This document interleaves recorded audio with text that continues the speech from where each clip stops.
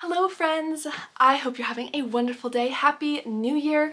And in honor of the new year, I decided to go through my physical TBR cart behind me as well as this bookshelf, which is split between books I've read and books I haven't.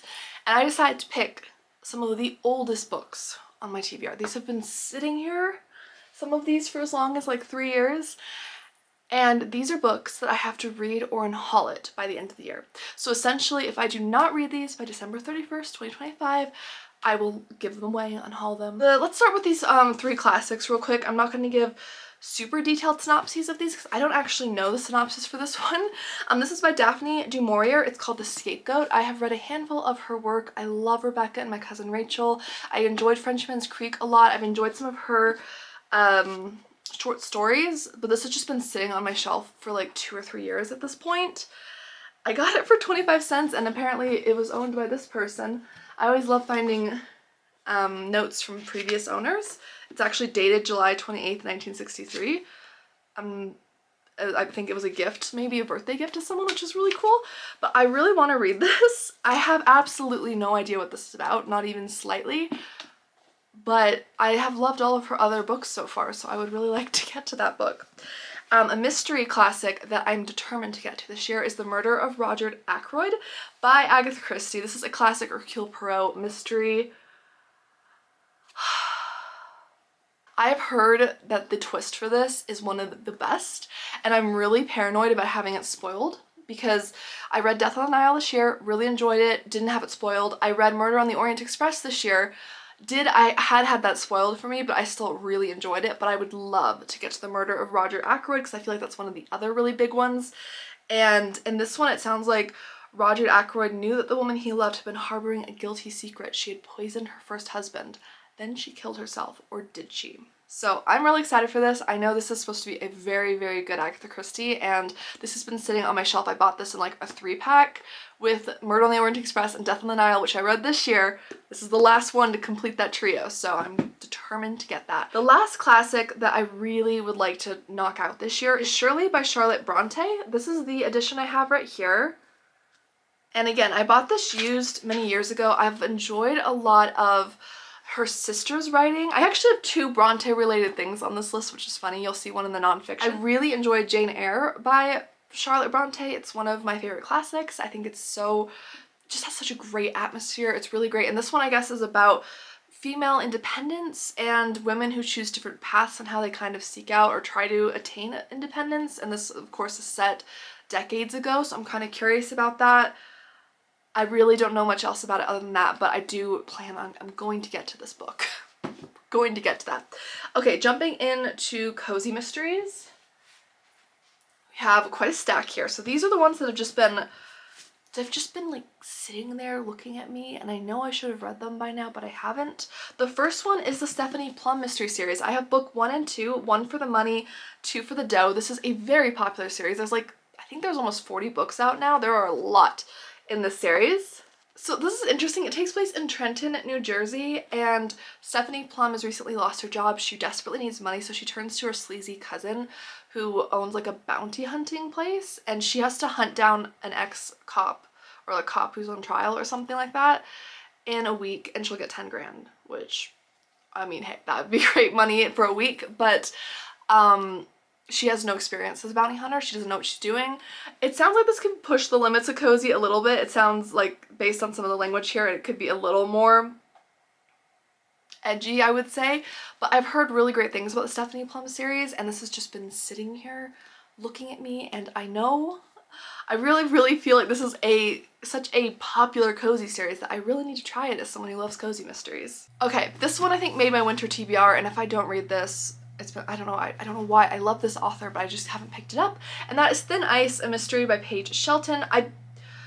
This might be more general mystery than cozy. I really can't say. Paige Shelton, her other series have been cozy, but this one looks maybe a little bit darker. This thriller writer is actually kidnapped, and so she ends up fleeing and escaping the vehicle and running into this small Alaskan town where she goes kind of like, undercover. She's trying to hide, and she ends up getting entangled in like a murder mystery in town. So I'm really curious about this. I love it when a writer is the main character. I think this Alaska setting will be excellent for winter, so I'm very excited for that reason. And it just looks really icy and chilling, so I'm excited. It's called an Alaska Wild mystery series. There is, I think, at least 5 books out in the series. This is one of the oldest cozy mysteries on my TBR card. Like, it's probably been like 4 years. I feel like I'm airing all of my dirty laundry in this video. But this is by Diane A.S. Stuckert, and this is called The Queen's Gambit, a Leonardo da Vinci mystery. So this is like a historical cozy mystery, and it actually involves Leonardo da Vinci as the sleuth. So I think that's going to be really fun. There's actually another cozy in the historical section we'll get into, inspired by a real life person. So I find that kind of fun and interesting. And in this one, it takes place in 1483. Which I think will be the oldest cozy I've ever read in terms of when it takes place. And basically the Duke of Milan orders the royal court to become this like live chessboard, so different people are like they're like the playing pieces essentially, like a live chessboard, and one of them is murdered, and the Duke of Milan pulls Leonardo da Vinci aside, and he knows he's the only one he can trust in a court of backstabbers, and he's gonna hunt down who murdered someone. So I'm really excited for this.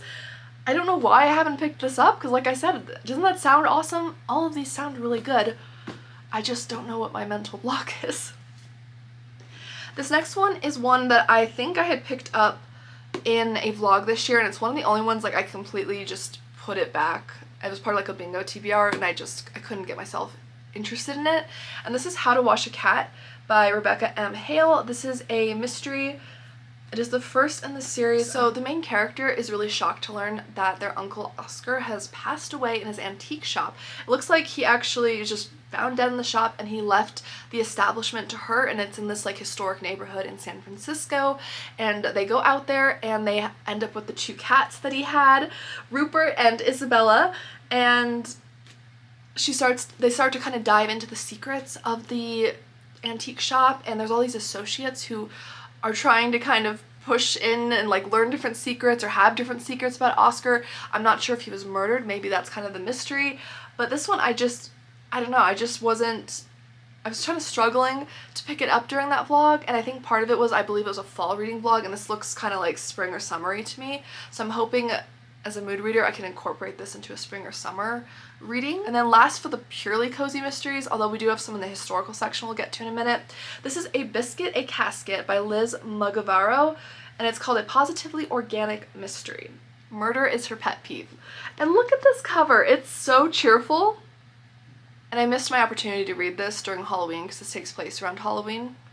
So it doesn't look like a fall cozy though, except for, I mean, the dogs and cats are like dressed up and there was pumpkins, but it just still looks so springy to me. I don't know why. But our main character is Kristan, or Stan, and she lives in this small town in Connecticut, and she's opened this positively organic dog treat and like cat treat business, which sounds really fun. I've never read like a pet or dog, like a pet treat business. I think that would be really fun, and the residents are really embracing her. It's around Halloween, they're really excited. There's this maze in the middle of town, but then this dairy farmer who was kind of stirring up some trouble is found dead in the middle of the maze, and authorities suspect his wife, but Stan believes it's somebody else. So classic cozy mystery. I'm not sure how many are out. I think this is the second in the series, so I don't think it'd be too bad if I jumped into this. Maybe I'll check to see if my library has the first one, but it looks really cute. I missed my chance to read this for fall, but that will be a goal this year. Okay, moving on. I do have 3 historical books. These are all in the cozy genre to the best of my knowledge. This first one definitely is. This is the Louisa and the Crystal Gazer mystery by Anna McLean. This is the last one in the Louisa May Alcott mystery series. I've read the other ones, really enjoyed it. I purchased this one because my library didn't have it, and then I just never picked it up. This is the cover. I think it's so beautiful. And this one takes place during winter, so I do want to read this during winter, hopefully. This takes place in Boston in 1855, and Louisa May Alcott is a young woman. She hasn't read she hasn't wrote, I should say, Little Woman yet, but she is writing her Blood and Thunder short stories to keep her family afloat financially, and she also decides to go to Boston to work as a seamstress while her family is wintering. And she accompanies her friend Sylvia to the psychic medium, and she doesn't believe in that sort of thing, but she thinks it could be interesting like fodder for her writing, so she goes, and then the psychic predicts something about Louisa that seems to be true. They go back to confirm the psychic's gifts, and they find her murdered. So that's the premise. I don't know why I haven't picked this up, but it is winter, and I really want to read this now during winter, so I'm now really excited to read this. This video is helping me out. I would love to know, what book are you determined to finish in 2025 if you have a few that have been staring at you from your bookshelf, or just ones that you've been meaning to get to.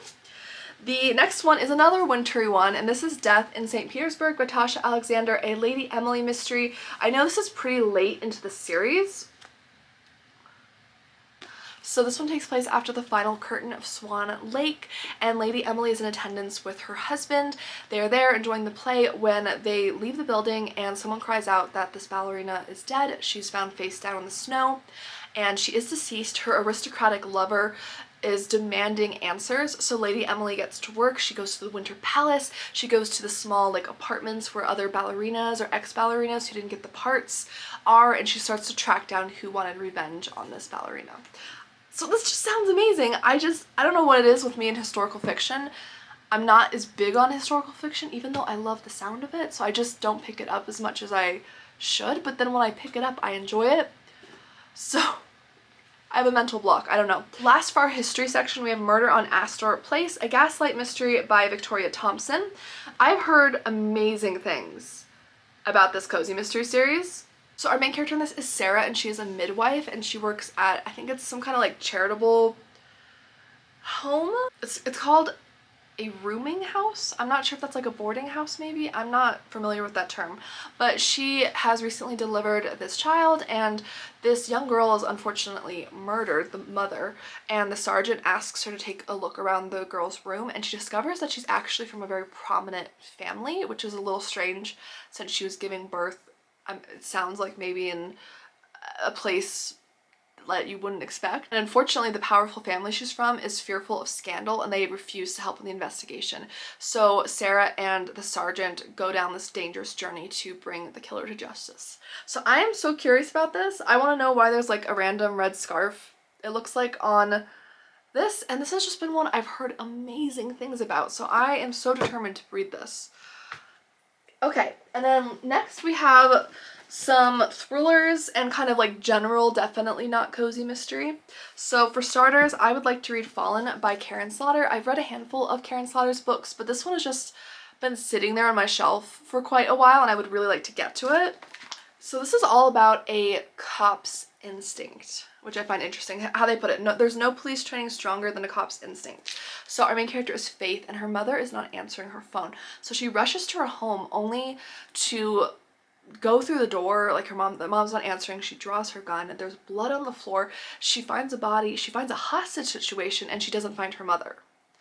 And yeah, that in itself already a lot, but the hostage situation turns deadly, and Faith is left with many questions and no answers about where her mother is. So her and Will Trent are going to track down where her mother is, what has happened, what the situation is. So this one sounds really interesting, and I've really enjoyed everything I've read by Karen Slaughter. I will say she is among the most brutal of thriller writers that I've personally read, but I have really enjoyed her work. I think her stories are well crafted, her characters are really tend to have like a lot of depth to them, so I am looking forward to this. This next one isn't so much that it's old, but it's an ARC that I received very kindly from a publisher, and I just never got to picking it up last year. And I feel really guilty, and I do want to read it, so I'm prioritizing it on this list. And this is Long Time Gone by Charlie Donlia. And this one is really, really interesting. I love the back for starters. It looks like a news article. And this one was originally published in May of 2024, so I'm really behind. I'm really sorry. So some secrets are written in our blood, and DNA results connect this woman to a baby that went missing like 3 decades ago. And so she goes to this small, ominous town in Nevada where she finds this web of secrets and lies and goes to uncover what is going on. So I'm not sure if this is more like strong mystery or thriller. I'm not entirely sure, that's why I put it in this category, but it does sound really interesting and I am going to read it this year. Like I'm going to read these. The next one is The Night Olivia Fell by Christina McDonald. This is described as an emotionally charged mystery that will leave readers equally gut-wrenched and gripped. A search for the truth, a lifetime of lies. So this is about a mother-daughter relationship. Our main character is Abby Knight, and she gets a call early in the morning that no parent ever wants to get, and that is that her daughter has fallen off of a bridge. And unfortunately, her daughter is brain dead, and she's also pregnant, so she's being kept on life support in hopes of saving the child. But when the mother arrives at the hospital, she notices these like angry red marks around her daughter's wrists, which makes her think that maybe she had been tied up or restrained or something along those lines, and that this wasn't an accident. So she starts to dig into that and figure out what happened to her daughter. So I'm really curious about this. I do love a really strong like family or friendship dynamic in a story that's kind of at the heart of a story like this, so I think this could be really fascinating. This next one is, I think, the oldest thriller on my TBR cart, and that is The Dante Club by Matthew Pearl. And this one is like a literary twist to it, which is really fun. So it's 19th century Boston, and there is this series of really grisly murders and crimes that's taking place, and each murder is inspired by Dante's Inferno in some way. So this group, the Dante Club, get together. They're a group of scholars. They're not exactly your typical investigators, but they get together to try to decipher the clues and figure out what is going on with this crime spree. And unfortunately, this terror-stricken city and their own lives depend on solving this mystery. So it sounds very gripping. I picked this up a very long time ago when I was just getting into thriller reading, and then I just never got around to it, and that's why it's on this list. We're gonna get to it. And then lastly for this section, I have The Villa of Mysteries by David Hewson, and this one I think is kind of like a dark mystery. So this one takes place in Rome, and a woman rushes up to these men who are like investigators and claims that her 16-year-old daughter has been abducted. One of them intervenes because he knows something the other two doesn't, and that is that there is a body matching this description currently being examined, and they get involved in this mystery. And it sounds like they are going through all the human vices of greed and lust and envy, sacrificial murder, dark drama, and a very modern vengeance. So this one sounds pretty dark. I'm not sure if it's more thriller or mystery, but it definitely sounds like it's pretty intense. So I'm interested in this, and this one is just, I just keep overlooking it. So that's why we are making this list. I'm gonna actually make a list in my reading journal so I can cross these off as I go. And then last but not least, I'm gonna go through 3 nonfiction books that I have just been meaning to read, haven't done. So I've had this one for about a year and a half, and this is called Triangle, The Fire That Changed America by David Von Drehl. And this is about history, social history in America. And I actually did a report on the Triangle Shirtwaist Factory when I was, I think, like 7th or 8th grade, and it really impacted me because it is such, it's just despicable. It's so horrible. It's one of those events that's like so sad that it had to get to this point to actually pass like safe laws and stuff like that. It's truly terrible, but this did take place on March 1911. A beautiful spring day. There are 146 workers who are working in a garment factory, the Triangle Shirtwaist Factory, and they had been locked in when a fire breaks out, and they are desperately trying to get out, and many of them didn't get out, and this led to a lot of revisions and looks at labor practices at the time. And this is a nonfiction. I've heard it's very good, and it's just a particular event in history that has always really stuck with me that I would like to learn more about. Then I have this book about the Bronte sisters. It's called The Brief Lives of Charlotte, Emily, and Anne by Catherine Reef, and I've had this for over 3.5 years because I remember when I got this, and it's under 200 pages. And it looks so nice. And this is all about these 3 sisters and how they are like the ultimately, like kind of the ultimate literary siblings, really. They all created at least one classical masterpiece, which is amazing. And this is about their childhood and their lives and how they ultimately led pretty brief lives overall, and just kind of what led them to where they ended up and like what kind of inspired the writing. And I always find it interesting to read about writers, especially. I find that to be a really interesting topic. I like to see what inspired people, what led them to write about certain things, and I like the Bronte sisters, so I am excited to read this. And then last but not least, this is a faith nonfiction, and this is called Unshakable Hope, Building Our Lives on the Promises of God by Max Lucado. This is a Christian nonfiction. And I have read, I think two other books by Max Lucado, and I found him to be a very good writer. He did work in ministry since 1978, and he serves as a teaching minister at Oaks Hill Church in San Antonio. So he has some experience, of course, I feel weird calling it the industry because that feels very like, he has a lot of experience in the ministry, but I have really enjoyed his work in the past. I've read one about anxiety that I found super good. It was like about worrying and tackling that. And this one is about hope and finding hope even when things seem down, whether that's family situations, financial situations, the economy, the world in general. And I feel like a lot of us, myself included, could always use a bit more hope. So I'm hoping this will be just a nice, like, inspiring, uplifting read, maybe giving me some practical tips. I could always use that. So this is one I would really like to prioritize in the new year. And that is my list. So this is my read it or unhaul it pile for 2025. I've never done this before. I think I was a little too chicken to last year, but this year we're doing it. We're going full force. These are the books that if I do not read them and it's December 31st, I will be packing them up to donate or pass along to friends or family, etc. So these are my goals. You guys are holding me accountable. We'll see. I should probably do a reaction video next year. We'll see. This could be, I could really eat my words, but I would love to know, do you have any books like this where you're just determined to read it in this next year or just move on? I would love to know your thoughts on that. Don't forget to like and subscribe. I do talk about bookish content and cozy stuff all the time on my channel every single week. And if you like anything in the mystery genre, whether that's cozy, murder mysteries to thrillers, I talk about it here. And thanks for watching. My name is Amy Marie. I hope you have a wonderful day and happy 2025.